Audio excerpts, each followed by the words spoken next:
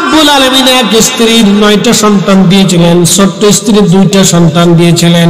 এক সন্তানের নাম হযরত ইউসুফ, আর এক সন্তানের নাম হযরত বিনিয়ামিন। এজন্য ইসরায়েলের প্রধানমন্ত্রীর নাম দেখবেন বিনিয়ামিন নেতানিয়াহু। আল্লাহ সুলাইমানকে নবী হিসেবে পাঠাইলেন, মূসাকে পাঠাইলেন, ইব্রাহিমকে পাঠাইলেন, ইসহাককে পাঠাইলেন, ইয়াকুবকে পাঠাইলেন। আল্লাহ হযরত ইব্রাহিম আলাইহিস সালামের 2টা বেটা দিলেন, একটা বেটার নাম দিলেন আমার আল্লাহ ইসহাক, আর একটা বেটার নাম ইয়াকুব ইসমাইল। ইসহাক আলাইহিস সালামের বংশ ইয়াকুব, ইয়াকুব আলাইহিস সালামের আরেক নাম ছিল ইসরাইল। ইয়াকুবের বংশধরদেরকে বনি ইসরাইল বলা হয়। বর্তমান বাইতুল আকসার মসজিদ হযরত ইয়াকুব আলাইহিস সালাম বানিয়ে নির্মাণ করেছিলেন। হযরত ইয়াকুব আলাইহিস সালাম বাইতুল আকসা নির্মাণ করেছিলেন, তার বংশধরদেরকে বনি ইসরাইল বলা হয়। ইয়াকুব আলাইহিস সালামের 2জন স্ত্রী, এক স্ত্রীর আমার রব্বুল আলামিন এক স্ত্রীর 9টা সন্তান দিয়েছিলেন, ছোট্ট স্ত্রীর 2টা সন্তান দিয়েছিলেন। এক সন্তানের নাম হযরত ইউসুফ, আর এক সন্তানের নাম হযরত বিনিয়ামিন। এজন্য ইসরায়েলের প্রধানমন্ত্রীর নাম দেখবেন বিনিয়ামিন নেতানিয়াহু।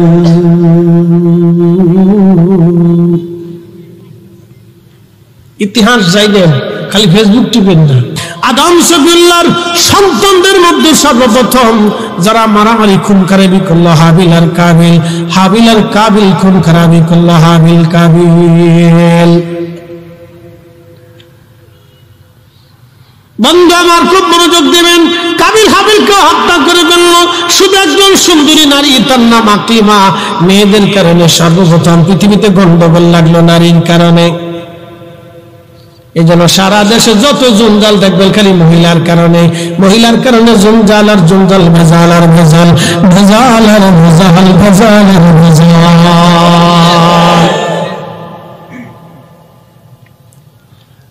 বন্ধু মনোযোগ দিয়ে কথাগুলি শুনে যাবেন। পৃথিবীতে সর্বপ্রথম মারামারি কাবিল যখন হাবিলকে হত্যা করল, তখন হাবিল বলল ভাই রে, তুমি আমাকে হত্যা করতে পারো, কিন্তু আমি তোমাকে হত্যা করতে যাব না। তখন কাবিল হাবিলকে যখন মারতে লাগলো, হাবিল একটা আঘাতও কাবিল করে নাই। বলে কারণ কি? এজন্য করে নাই। হাবিল ডাক দিয়ে বলল ভাই তুই আমাকে হত্যা করবি, আমি জানি তুই আমাকে হত্যা করলে আমি জান্নাতে চলে যাব, আর তুই যদি আমাকে মারিস তাহলে তুই জাহান্নামে চলে যাবে। আমি এই ভুল কাজ করব না, তোকে আমি কখনো উদ্বুদ্ধ করব না, তোকে নিষিদ্ধ করব না। তুই যদি আমাকে মেরে ফেলে দিস, মেরে ফেলে দিতে পারিস। হাবিল ঘুমাচ্ছিল, কাবিল যে পাথর দিয়া হাবিলের মাথায় আঘাত করে হাবিলকে হত্যা করে ফেলে। সে আকলিমাকে বিয়ে করার জন্য পাগল হয়ে গেল।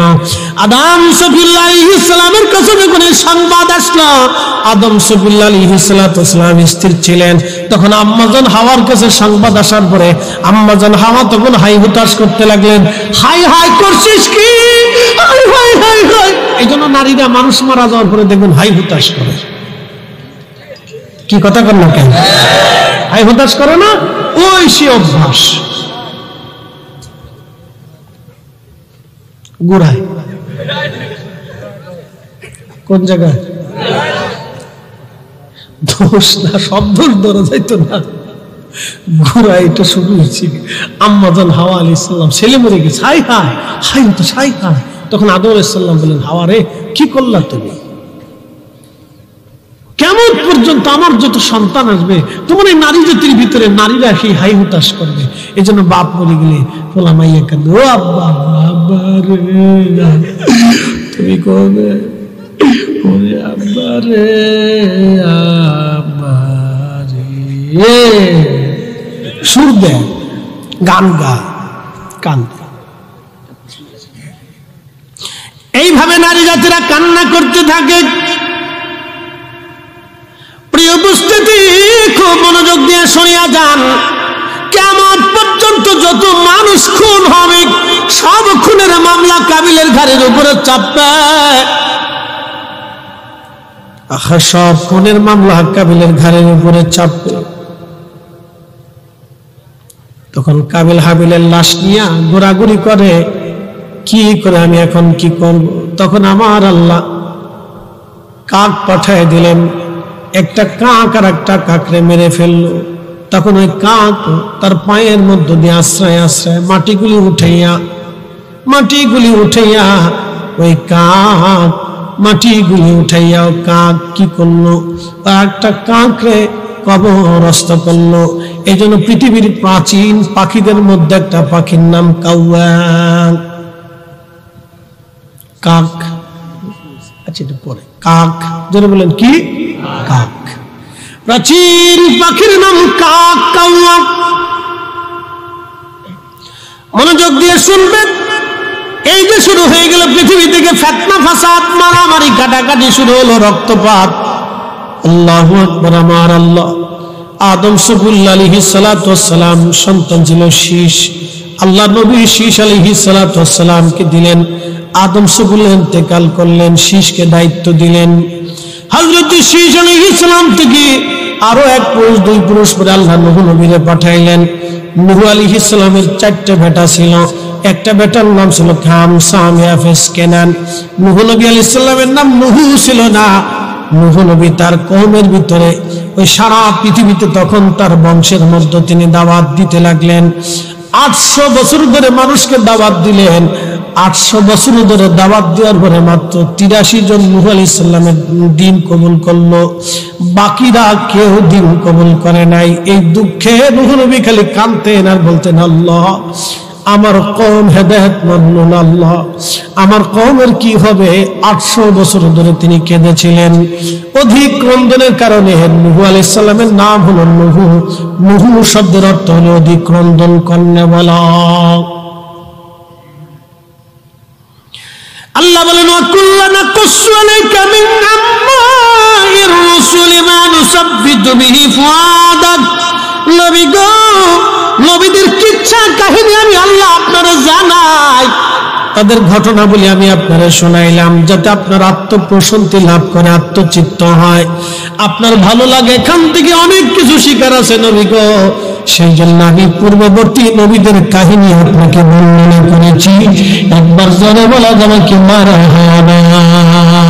আল্লাহুম্মা সাল্লি আলা সাইয়্যিদিনা মাওলানা মুহাম্মদ ওয়া আলা আলি সাইয়্যিদিনা মাওলানা। আল্লাহুম্মা সাল্লি আলা সাইয়্যিদিনা মাওলানা মুহাম্মদ ওয়া আলা আলি সাইয়্যিদিনা।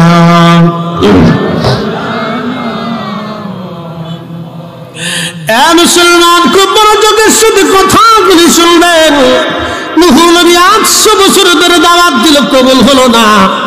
আল্লাহ মহাপ্লাবন দিয়ে দিলেন। একটা ছেলে মারা গেল কেনান, 3টা ছেলে বেঁচে রইল, হাম, সাম, ইয়াফেস। হামের বংশধর হলো আরবরা, সামের বংশধর হলো আরব। ইউরোপ এবং আমেরিকা থেকে শুরু করে এশিয়া মাইনরের যত মানুষ আছে তারা সামের বংশধর। আর হামের বংশধর হলো আরবরা, আর ইয়াফেসের বংশধর হলো আফ্রিকানরা, এবং ইয়াজুজ আর মাজুজ হলো ইয়াফেসের বংশধর। এইভাবে আমার রব ধারাবাহিকভাবে 1,24,000 নবী রাসূল দুনিয়াতে পাঠাইলেন। একজন না, দুইজন না, 1,24,000 নবী রাসূল দুনিয়াতে পাঠিয়েছেন এই মানব জাতিকে হেদায়েত করার জন্য। এই মানব জাতিকে হেদায়েত করার জন্য আল্লাহ দাউদ নবীকে পাঠাইলেন একটা মুজিজা দিয়া। হযরত দাউদ আলাইহিস সালামের এত সুন্দর সুর ছিল, কণ্ঠের জাদু ছিল, কণ্ঠের মুজিজা আল্লাহ তাকে দিয়েছিলেন। এতই চমৎকার মহান ছিল কণ্ঠে, এতই চমৎকার সুর। দাউদ নবী যখন জবুর শরীফ পড়তেন তখন এক সুরে পড়তেন না, জীবনের টান যখন দিতেন এক টানে 70টা সুর দিতেন।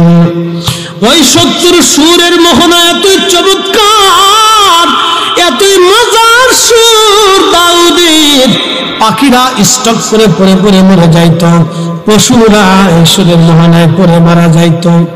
সারা রাত্রি তিনি জবুর পড়তেন নামাজে দাঁড়াইয়া, আর সারা রাত্র উম্মত তার পিছনে এসে তেলাওয়াত শুনতে থাকতাম। আল্লাহ দাউদকে কিয়ামতের ময়দানে জান্নাতের ভিতরে নিয়া জান্নাতীদেরকে আমার আল্লাহ দাউদের সুর দিয়া কোরআন তেলাওয়াত আল্লাহ শুনাবে। জোরে বলা যাবে কি মারহাবা। আল্লাহ সুলাইমানকে নবী হিসেবে পাঠাইলেন, মূসাকে পাঠাইলেন, ইব্রাহিমকে পাঠাইলেন, ইসহাককে পাঠাইলেন, ইয়াকুবকে পাঠাইলেন। আল্লাহ হযরত ইব্রাহিম আলাইহিস সালামের দুইটা বেটা দিলেন, একটা বেটার নাম দিলেন আমার আল্লাহ ইসহাক, আর একটা বেটার নাম ইয়াকুব ইসমাইল। ইসহাক আলাইহিস সালামের বংশ ইয়াকুব, ইয়াকুব আলাইহিস সালামের আরেক নাম ছিল ইসরাইল। ইয়াকুবের বংশধরদেরকে বনি ইসরাইল বলা হয়। বর্তমান বাইতুল আকসার মসজিদ হযরত ইয়াকুব আলাইহিস সালাম বানিয়ে নির্মাণ করেছিলেন। হযরত ইয়াকুব আলাইহিস সালাম বাইতুল আকসা নির্মাণ করেছিলেন, তার বংশধরদেরকে বনি ইসরাইল বলা হয়। ইয়াকুব আলাইহিস সালামের দুইজন স্ত্রী, এক স্ত্রীর আমার রব্বুল আলামিন এক স্ত্রীর 9টা সন্তান দিয়েছিলেন, ছোট্ট স্ত্রীর 2টা সন্তান দিয়েছিলেন। এক সন্তানের নাম হযরত ইউসুফ, আর এক সন্তানের নাম হযরত বিনিয়ামিন। এই জন্য ইসরায়েলের প্রধানমন্ত্রীর নাম দেখবেন বিনিয়ামিন নেতানিয়াহু।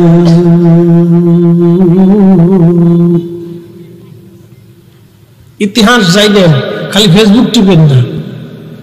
যুবকদেরকে বলবো একটু পড়াশোনা করেন, ফেসবুক টিপবেন না, নবীদের ইতিহাস জানা দরকার। কালকে দেখলাম এক বক্তা বক্তব্য দিতে যে একজন কি জেনারেল শিক্ষিত, আমার নবীর নাম ভুলে গেছে। নবীর নাম কি তা জানো, কি নাম জানো, কি নাম জানো? চিন্তা করেন কত বড় খাটাশিটা, হ্যাঁ খাটাশি করে খাটাশ। আমার নবীর নাম ভুলে গেছে, শতান কোথাকা, ওরা জুতা দিয়ে বাইরে স্টেজ থেকে নামানোর দরকার ছিল। কথা বলেন, আমার রসুলের নাম মনে নেই, খাটাশ কোথাকা। হ্যাঁ, এই জন্য বাপ, এই যে দেখছেন ওই যে এক নায়িকা কান্তি। যুবক বন্ধু, আজকে একটা ঘটনা শোনাই। এই যে আমরা ওলিদেরকে মহব্বত করি, শুধু ওলি এই উম্মতের মধ্যে ছিল না, পূর্ববর্তী জমানার ভিতরেও ওলি ছিল। এই বনি ইসরায়েলের ভিতরে আল্লাহ অনেক ওলি পাঠিয়েছিলেন।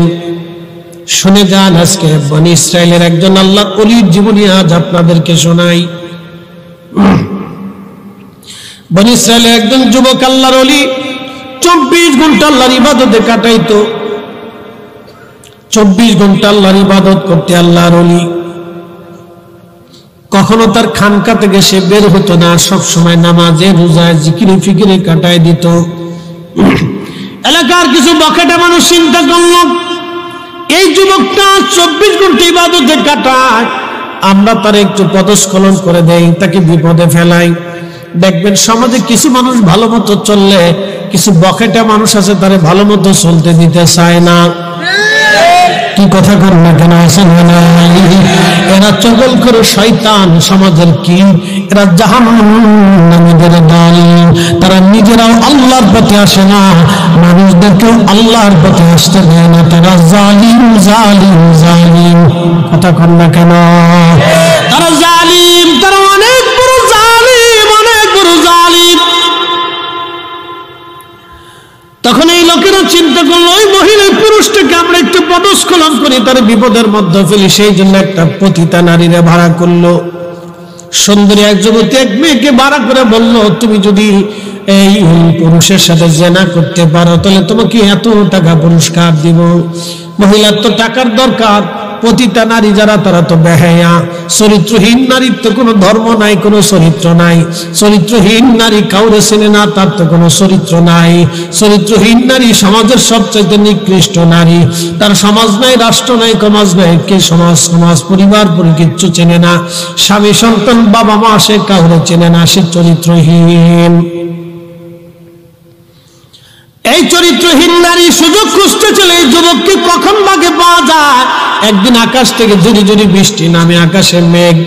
চিন্তা করলো আজকে সুযোগ, এই যুবকের কাছে যাব। রাত্রিবেলা চলে আসছে। দেখেন আল্লাহর ওলিরাও এই সমাজ নির্মাণ নয়, এই আল্লাহর জমিন আল্লাহর দিন প্রতিষ্ঠা করতে যাইয়া আল্লাহর ওলিদের কত ত্যাগ তিতিক্ষা সহ্য করতে হয়েছে। আমাদের ভারতীয় উপমহাদেশে সারা পৃথিবী তামাম নবীর ইন্তেকালের পরে সাহাবায়ে কেরাম থেকে অদ্যাবধি পর্যন্ত অসংখ্য আল্লাহর ওলিরা দিন প্রতিষ্ঠিত করতে যাইয়া আল্লাহর কালেমা আল্লাহর জমিনে প্রতিষ্ঠিত করতে যাইয়া রাসূলের তরিকার জমিনে জিন্দা করতে যাইয়া তারা মার খেয়েছে, তারা চেষ্টা করেছে, পথ পাড়ি দিয়েছে, কষ্ট হয়েছে, সমাজ কষ্ট দিয়েছে, রাষ্ট্র কষ্ট দিয়েছে, তারপরে তারা পিছুপা হয় না। কথা বলেন ঠিক কিনা? তো খুব মনোযোগ দেন। তো বলতেছে আমরা যুবকের খোরাক হয়ে যাব, আমাকে দয়া করে। তো যারা বুজুর্গ তাদের দিল নরম, তো দরজা খুলে দিচ্ছে। সে তো আর মহিলার সালাকি বুঝে না। ভিতরে ঢোকার পরে পুরুষ খানকার ভিতরে পর্দা টেনে দিয়ে সুন্দর করে তার একটা রুম করে দিয়ে বলে আপনি এখানে রাত থাকেন, সকালে চলে যাবে। যুবক বাতি জ্বালাইয়া নামাজে দাঁড়াই গেছে। একসাথে বলছেন আল্লাহু আকবার। আরো জোরে বল, আরো জোরে। আহা, সেই দিনও কত বড় চরিত্রবান মানুষ ছিল, নামাজে দাঁড়াই গেছে। নামাজ পড়তে লাগলো, নামাজ পড়তেছে, নামাজ পড়তেছে। নামাজ পড়ার সময় এই নারীটা চিন্তা করলে এখনই সুযোগ। সে তার নিজের রুম থেকে সেজে গুজে বের হইয়া এই যুবকের সামনে অঙ্গভঙ্গি দিয়ে দাঁড়িয়ে গেল। যুবকের অনেক বড় কষ্ট হচ্ছিল নামাজে দাঁড়াইয়া। তার অন্তর জেনার দিকে বারবার ঝুঁকে যাচ্ছে, আজ জেনা করবো, এত সুন্দরী নারী আমার সামনে চলে আসছে। আবার চিন্তা করে আমি একদিকে নামাজে দাঁড়াইছি আল্লাহর সামনে, সুন্দরী নারী আমাকে জেনার জন্য ডাকতেছে। তখন যুবকের মন বারবার বারবার জেনার দিকে চলে যায়। তখন এই যুবক চিন্তা করলো, না, জাহান্নামে আগুনে পোড়ার চাইতে দুনিয়ার আগুনে পুড়ে দেখি কেমন মজা। তখন এই যুবক না নিজের হাতখানা ওই যে চেরাগ জ্বলতেছিল, বাতি জ্বলতেছিল, সে আগুনের মধ্যে একটা আঙ্গুল ঢুকাই দিল।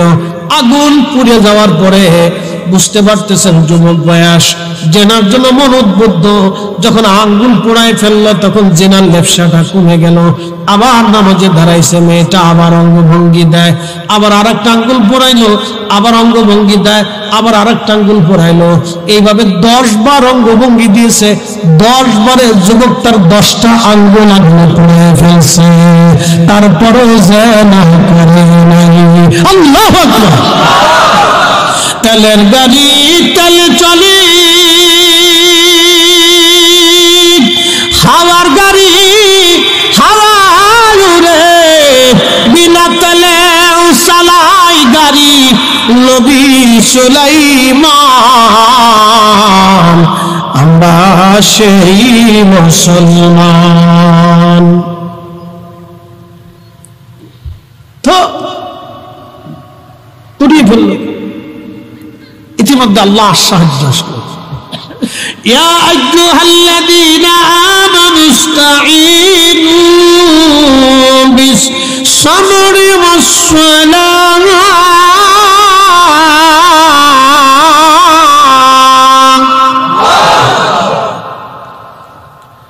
আমার রব বলেন, হে ঈমানদার, আমি আল্লাহর সাহায্য নাও সালাতের মাধ্যমে, সবরের মাধ্যমে, সালাতের মাধ্যমে, ধৈর্যের মাধ্যমে তোমরা আমি আল্লাহর সাহায্য নাও।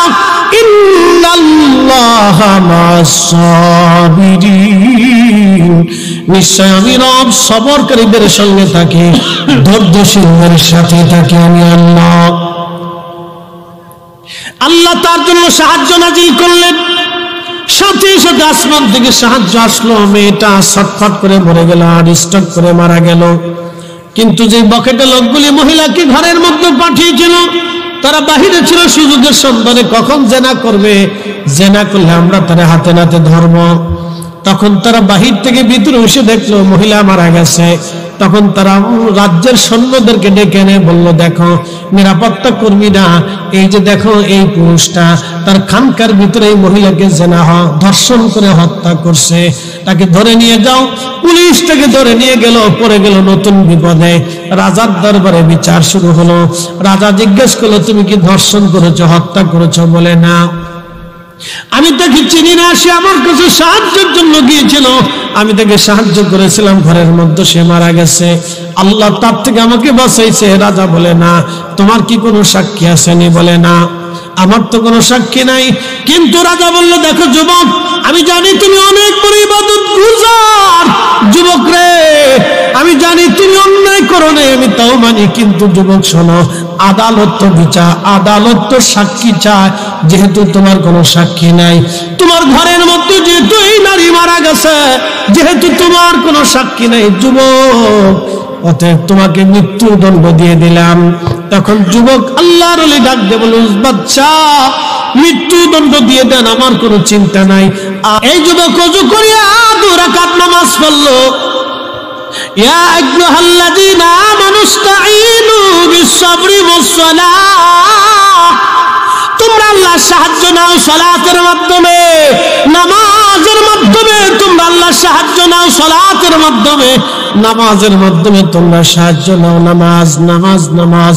ইমাম হুসাইন যখন শহীদ হয় তখনও নামাজ পড়েছেন। আজকে ওরা কারা যারা পিরালি নাম দিয়ে নামাজ পড়তে চায় না, নামাজ ছেড়ে দিয়েছে। নামাজ বলে আমরা জীবনে একবার নামাজ পড়লে চলে, নামাজের মতো নামাজ জীবনে একবার পড়ব। ওরা জুতা দিয়ে বাইরে সমাজ থেকে আলাদা করার দরকার। এগুলো সব ভণ্ড সন্ধ মিথ্যাবাদী কার্যের কথা কোন ঠিক কিনা? একটা প্রশ্ন এসে এর ভিতরে জবাব দিয়ে দিই। যারা ইচ্ছাকৃত নামাজ ত্যাগ করে, নামাজ ছেড়ে দেয়, কে বলে তারা কাফির না? নামাজ ছেড়ে দিলে কাফির হয় না, নামাজ অস্বীকার করলে কাফির। নামাজ ছেড়ে দিলে কাফের হয় না, নামাজ অস্বীকার করলে কাফের হয়। যেমন আমার মাথায় পাগড়ি, আপনাদের মাথায় পাগড়ি নাই, কি কথা কন না কেন? এইখানে অনেকেই আছেন এশার নামাজ পড়েন নাই, ঠিক আসতে কোনকে জোরে বলে, এই ফুলাফান জোরে কর। এইখানে অনেক মুসল্লি এশার নামাজ আজকে পড়ে নাই, জোরে কন ঠিক কিনা? তাহলে আমি কি বলবো কাফের? না, না, কাফের না। নামাজ ছেড়ে দিলে কাফের হয় না। যদি বলেন ইসলামে কোনো নামাজ নাই, তখন আপনি কাফের হয়ে যাবেন। কাফের, কাফের। পাগড়ি মাথায় দেন নাই, অসুবিধা নাই, দাড়ি মুখে রাখেন নাই, চেষে ফেলে দেন, গুনাহ হবে। কিন্তু যদি বলেন দাড়ি, ইসলামে দাড়ি নাই, নবীর সুন্নতের মধ্যে দাড়ি নাই, আমি দাড়ি মানি না, তখন আপনি বুঝে গেল নবী মানেন না। দাড়িকে অস্বীকার করা মানে রসুল অস্বীকার করা, নবীর সুন্নত অস্বীকার করা মানে নবী অস্বীকার করা। কথা বল না কে? নামাজ অস্বীকার করা মানে আল্লাহকে অস্বীকার করা, জোরে বলেন। এই জন্য নামাজ অস্বীকার করলে কাফের হয়, নামাজ কাজা করলে কাফের হয় না। কাজা করলে আগামীকাল আপনি পড়তে পারেন, তওবা করলেন, আল্লাহ মাফ করে, ভুল করে ফেলছি। কাজা করলে কাফের হয় না, কাজা করলে ফাসেক হয়। কি হয়ে যায়? ফাসেক। জোরে বলেন কি হয়? ফাসেক, ফাসেক। নামাজ কাজা করলে ফাসেক হয়, দাড়ি কাটলে ফাসেক হয়, ফরজ ছেড়ে দিলে ফাসেক হয়, ওয়াজিব ছেড়ে দিলে ফাসেক হয়, কিন্তু কাফের হয় না। এই পৃথিবীর সব আলেমরা একমত। এটা শুধু মুতাজিলাদের আকীদা ছিল। মুতাজিলারা বলতো যে ফরজ ছেড়ে দিলে সে কাফের হয়ে যায়, এটা মুতাজিলাদের আকীদা, এটা আহলে সুন্নাত ওয়াল জামাতের আকীদা না। এটা কিছু মৌলবী আমাদের দেশে আমদানি করছে, ওরা নিজেরাও জানে না যে কোনটা আহলে সুন্নাত ওয়াল জামাতের আকীদা আর কোনটা মুতাজিলার আকীদা। কি আশ্চর্য, বিরাট বড় বড় বক্তা হয়েছে এক একজন, আকীদাও কইতে পারে না, কোনটা কোন কিসের আকীদা এটাও কইতে পারে না। আল্লাহ মাফ করুন। কষ্ট হচ্ছে না আপনাদের? একসাথে বলেন তো আল্লাহু আকবার। তো নামাজ পড়া লাগবে কিনা? কয় ওয়াক্ত? একসাথে বলেন। সব নবীরা নামাজ পড়েছে, সব নবীর উম্মতেরা নামাজ পড়েছে। কারণ 2 ওয়াক্ত, 1 ওয়াক্ত, 3 ওয়াক্ত ছিল। আল্লাহ আমাদেরকে 5 ওয়াক্ত দিছে। 5 ওয়াক্ত যদি পড়েন 50 ওয়াক্তের সওয়াব। এই যুবক নামাজে দাঁড়িয়ে গেলেন, কিসে দাঁড়াইলেন? জোরে বলেন নামাজ।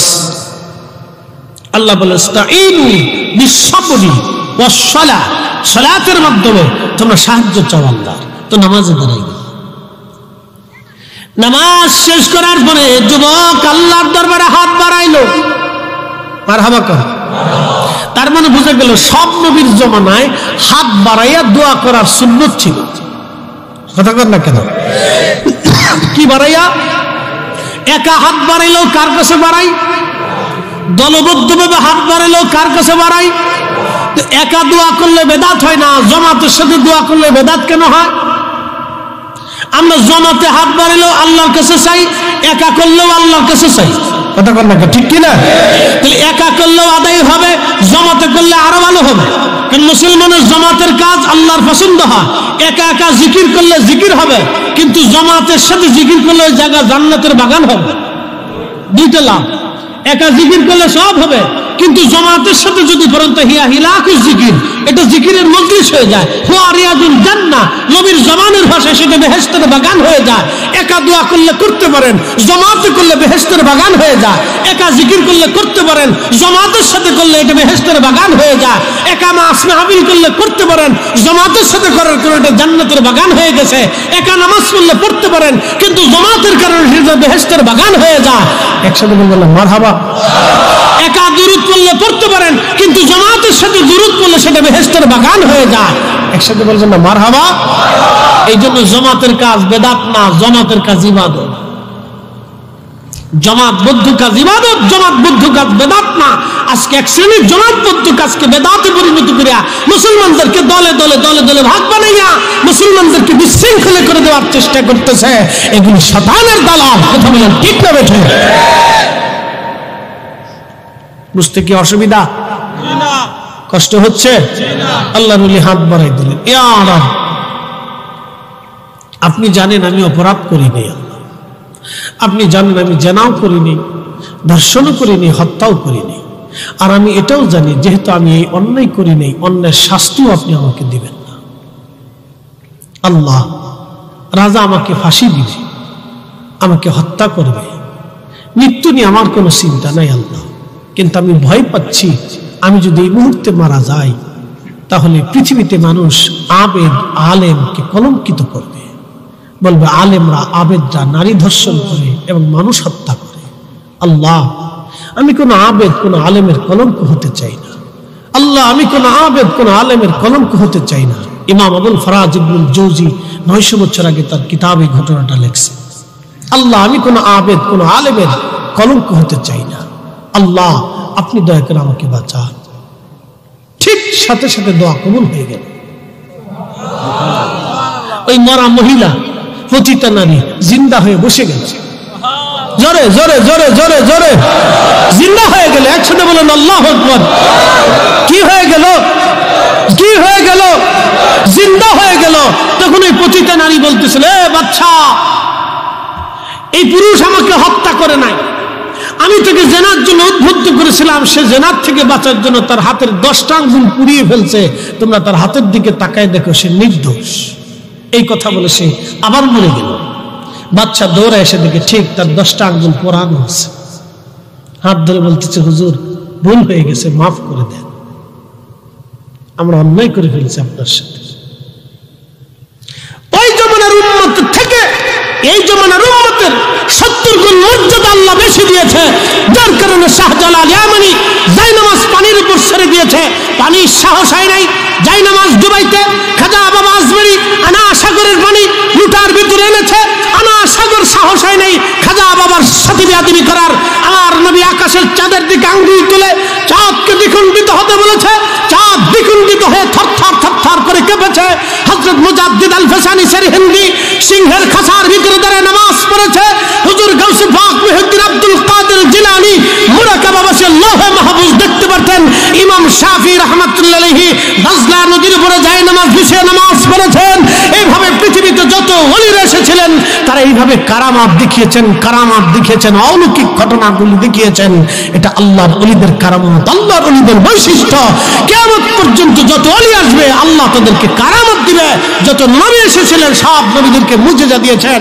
1,24,000 নবী রাসূলকে আল্লাহ যাহা দান করেছেন তার চাইতে 70 গুণ বেশি আল্লাহ আমাদের নবীকে দান করেছেন। আরো জোরে না না আরো জোরে। আমরা সেই নবীর উম্মত, আমরা সেই নবীর উম্মত।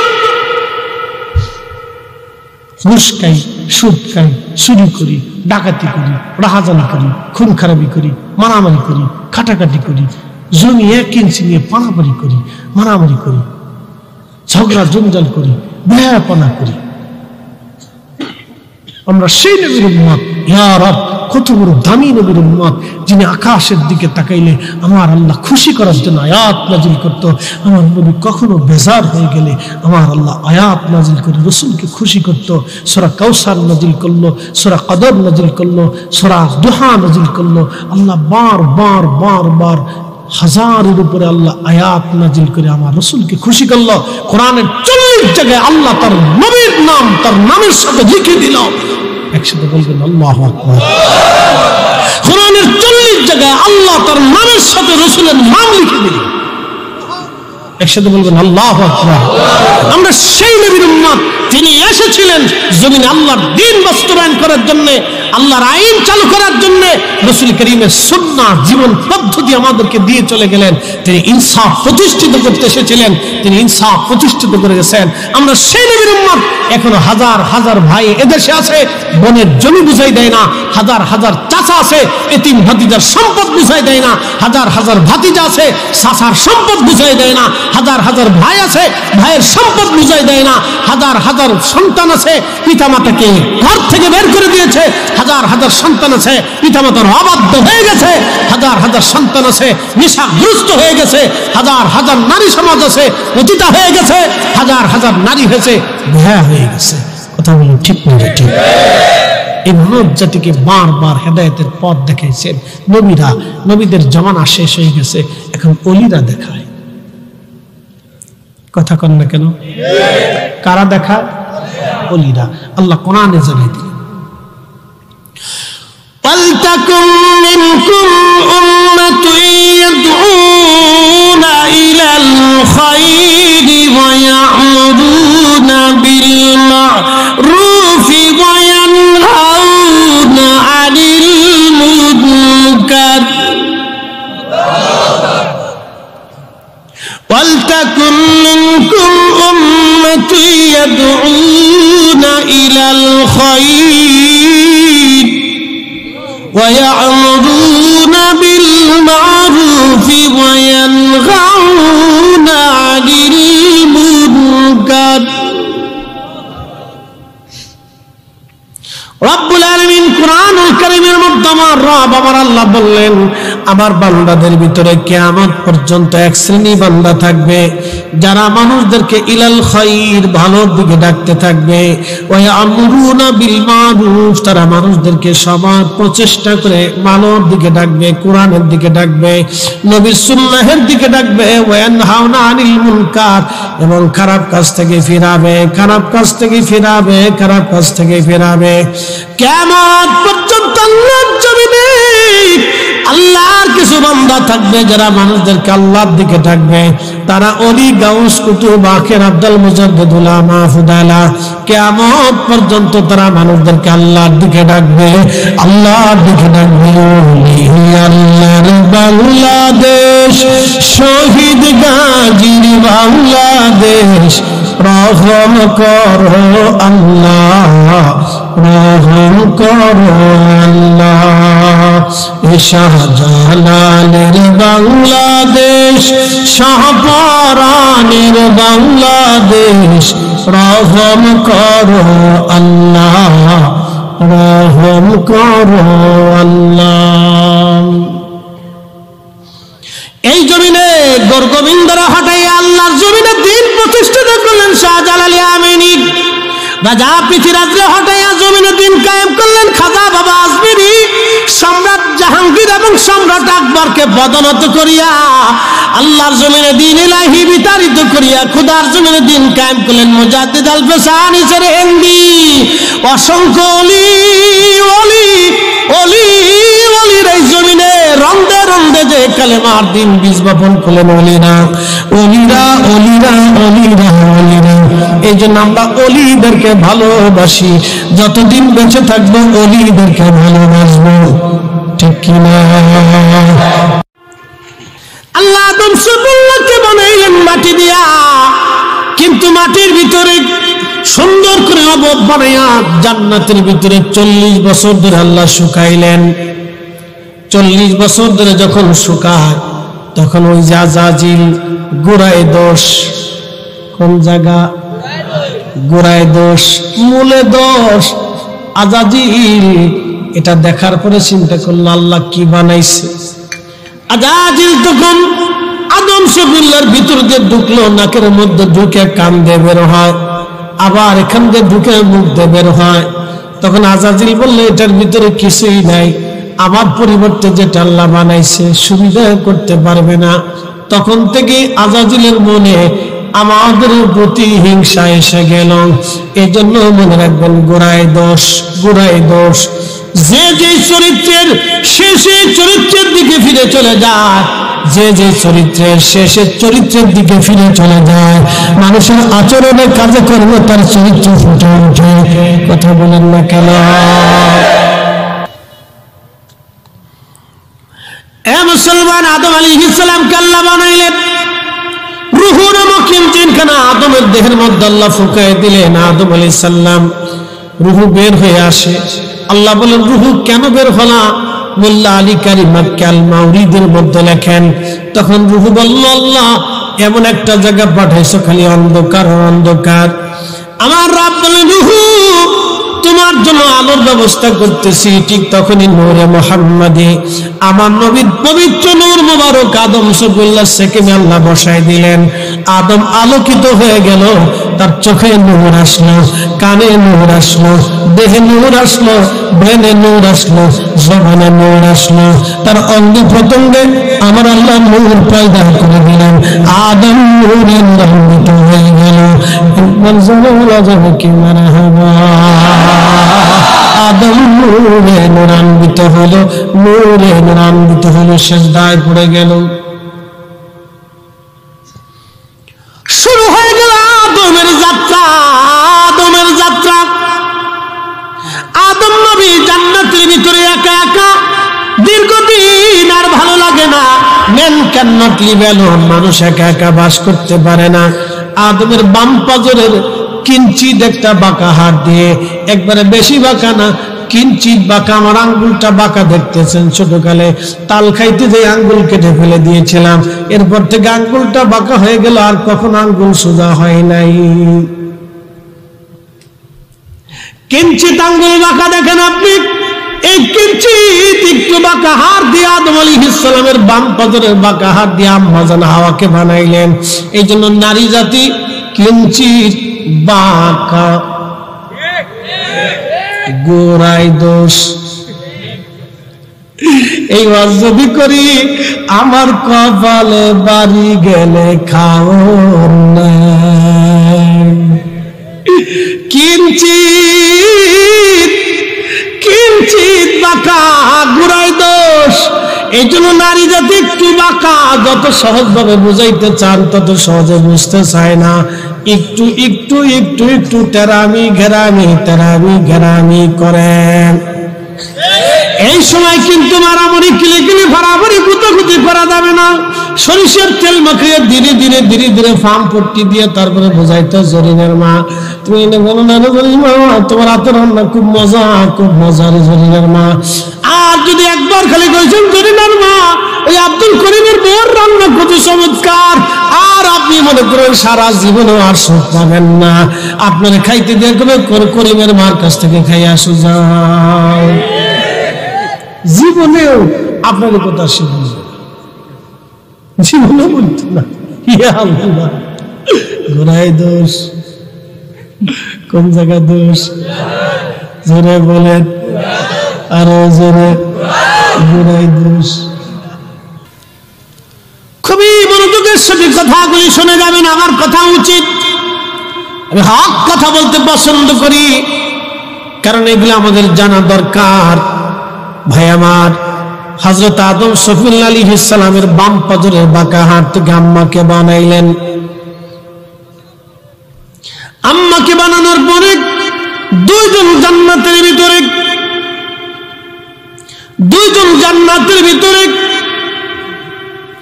আব্বাজান ঘুমিয়ে আছে, আম্মাজান পাশে বসে আছে, তালাশ করে না। পুরুষরা নারী খুঁজতে যায়। এই জন্য আল্লাহ মহিলাদেরকে বললেন তোমরা পর্দা করো, মাথা থেকে পা পর্যন্ত ঢেকে দাও। কারণ আমাদের গুনাহ দোষ, আমরা বিসমিল্লাহ প্রথমে আমাদের আব্বাজান ঘন্টা উঁচা করে দেখতে গেছিল, এই জন্য আমাদের অভ্যাস হয়ে গেছে ওইটা, নারী দেখলে ফুসি দিই। বন্ধু আল্লাহ বলেন আদম দ্বারা বিয়ে করতে হবে। বলে আল্লাহ বিয়ে কি? তুমি তো কোনোদিন বিয়ে থা করো না, এই জন্য জানো না। আদম দ্বারা জিব্রাইল গেলেন, ইজাব কবুল হয়ে গেল, মহরানা নির্ধারিত হবে। হুজুর মহরানা দেন। বলে মহরানা কি? বলে আপনার পক্ষ থেকে আপনার স্ত্রীকে আপনার পক্ষ থেকে কিছু হাদিয়া দেন। বলে আমি আল্লাহর বাড়ি খাই, আল্লাহর বাড়ি ঘুমাই, মহরানা কোথায় পাবো? আল্লাহ জানাইলেন আদম তুমি মহরানা পাবা না, এটা সত্য, কিন্তু তোমার জন্য একটা মহরানা ব্যবস্থা করে দিলাম। তুমি আমার আখিরি নবী, আমার মেহবুবের শানে 3 বার দুরূদ শরীফ পড়ো, মতান্তরে 11 বার দুরূদ শরীফ পড়ে তুমি তোমার স্ত্রী হওয়াকে মহরানা দিয়ে দাও। এটাই হবে তোমার স্ত্রী হওয়ার জন্য মহরানা। একবার জানো বলা যাবে কি মারহাবা। তাহলে আমার নবীর দুরূদের চর্চা নতুন কিছু না, আমার নবীর দুরূদের চর্চা আদম থেকে শুরু হয়ে গেছে। আস্তে হলো কেন জোরে বলে? আমার নবীর দুরূদ শরীফের চর্চা আদম শফিউল্লাহ থেকে শুরু হয়ে গেল। এই জন্য আমরা মিলাদ পড়ে দুরূদ পড়ি, মাহফিলে দুরূদ পড়ি, দোয়াতে দুরূদ পড়ি, বাড়িতে দুরূদ পড়ি, দোকানে দুরূদ পড়ি। এই জন্য আমরা দুরূদ যখন পড়ি তখন আল্লাহ বরকত দিয়ে দেয়। আর এক শ্রেণী আসছে ফতোয়া দিয়ে দুরূদ বন্ধ করতে চায়, কিয়ামত পর্যন্ত চেষ্টা হবে, জমিন থেকে দুরূদ উঠাইতে পারবে না। ঠিক না বেঠে? প্রেম মুসলমান কালার বাজারবাসী মনোযোগ দিয়ে শুনে যাবেন। আজ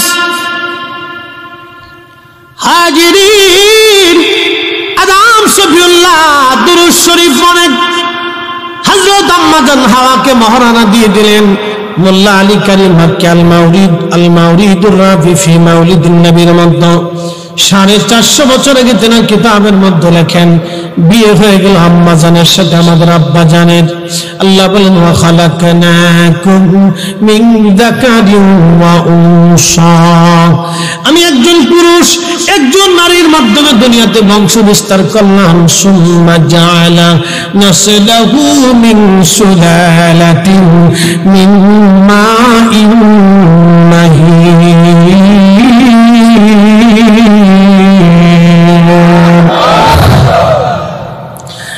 একজন পুরুষ আর একজন শরীর নারীর শরীরের নির্গত নির্যাস থেকে আমি মায়ের রেহেমের ভিতরে ওই পানিটাকে জমা করে দিয়ে সেফ জোনে রেখে আমি রব্বুল আলামিন নসল আবিষ্কার করলাম, বংশ বিস্তার শুরু করলাম। আদম শফিউল্লাহর জোড়ায় জোড়ায় 2টা সন্তান হতো, একটা ছেলে হতো একটা মেয়ে হতো, একটা ছেলে হতো একটা মেয়ে হতো, একটা ছেলে হতো একটা মেয়ে হতো। প্রত্যেক বছরে আমার রব আম্মাজান হাওয়ার মাধ্যম দিয়ে জোড়ায় জোড়ায় 2টা সন্তান পাঠাইতেন, জোড়ায় জোড়ায় 2টা সন্তান আমার আল্লাহ পাঠাইতেন। একটা ছেলে হতো একটা মেয়ে হতো, একটা ছেলে হতো একটা মেয়ে হতো। আল্লাহ আমাদেরকে কবুল করুক বলে না আমিন। তাদের জীবনী কেন শোনাইলাম? ওয়াকুল্লা নাকুসু আলাইকা মিন আম্বাইর রাসূলি মা নুসাব্বিতু বিহি ফুয়াদা। নবী গো, আমি পূর্ববর্তী নবীদের কিচ্ছা ঘটনাগুলি আপনাকে জানাইলাম এই জন্য যে আপনার হৃদয়ের প্রশান্তির জন্য, আপনার হৃদয়ের ইকিন যাতে বাড়ে, মোহাব্বত যাতে দৃঢ় হয়, আপনার হৃদয় যাতে প্রফুল্ল হয়, সেই জন্য ঘটনা শোনাইলাম। তা আপনাদেরকেও আউলিয়া কেরামের জিন্দেগি জীবন, নবী আলাইহিস সালামের জীবন জিন্দেগি আমরা শোনাই।